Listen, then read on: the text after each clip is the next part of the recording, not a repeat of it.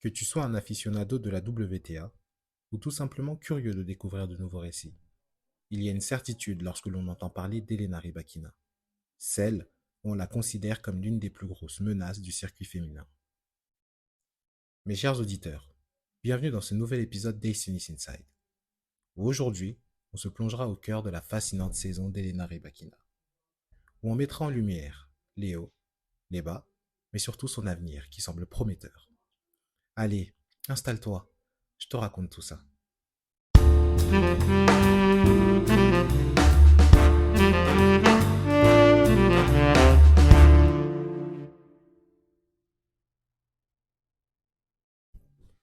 Ok, pause. Revenons un peu en arrière. Imaginez un instant. Nous sommes en 2022, un moment charnière lorsque Rybakina remporte Wimbledon. Ce jour-là, elle a prouvé au monde entier que la détermination et le talent peuvent transcender les attentes. Elle n'a pas juste remporté un tournoi, elle a ouvert la porte à un nouveau chapitre de sa carrière. Depuis, son ascension a été ponctuée de défis, de triomphes, mais aussi de nombreuses déceptions. Et c'est ainsi qu'on arrive en 2024. 42 victoires pour 11 défaites, 3 titres et finit la saison en tant que 5e joueuse mondiale. Je suppose qu'en vous disant ça, vous vous dites que c'est une saison correcte, mais en réalité, c'est une saison bien étrange. Alors qu'elle avait commencé la saison de la meilleure des manières, avec un premier titre gagné à Brisbane, la première grosse déception arrive à l'Open d'Australie en perdant ce match phénoménal contre Anna Blinkova. Néanmoins, elle se remet en selle dès le mois de février en remportant le tournoi d'Abu Dhabi et quelques semaines plus tard le WTA 500 de Stuttgart.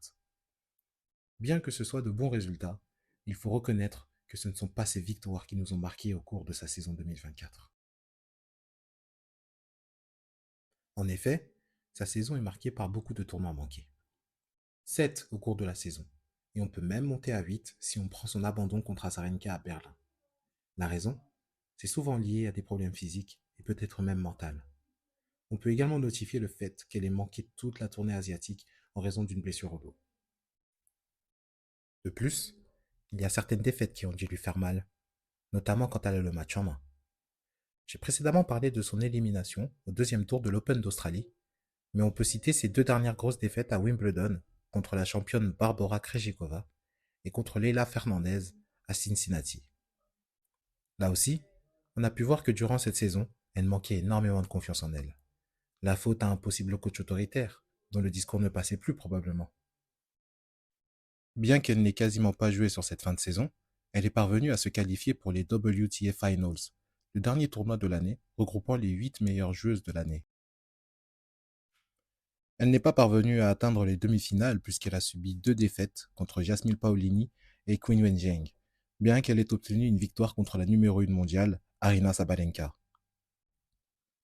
Avec toutes ces informations, beaucoup ont dû utiliser les termes suivants: surcoté, pas de mental, souvent blessé ou malade. Je te rassure, t'es pas le seul, j'ai entendu ça toute la saison.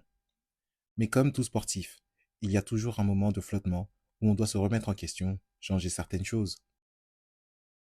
Et à quelques semaines du début de la saison 2025, la Kazakh a fait le choix de s'entourer de nouvelles personnes, dont un nouvel entraîneur, le légendaire Goran Ivanisevic, ancien entraîneur de Novak Djokovic avec qui il a tout gagné.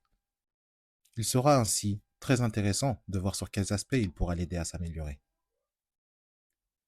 Alors après une saison en demi-teinte, est-ce qu'il ne serait pas l'heure pour elle de tous les choquer et de devenir la nouvelle patronne du circuit WTA?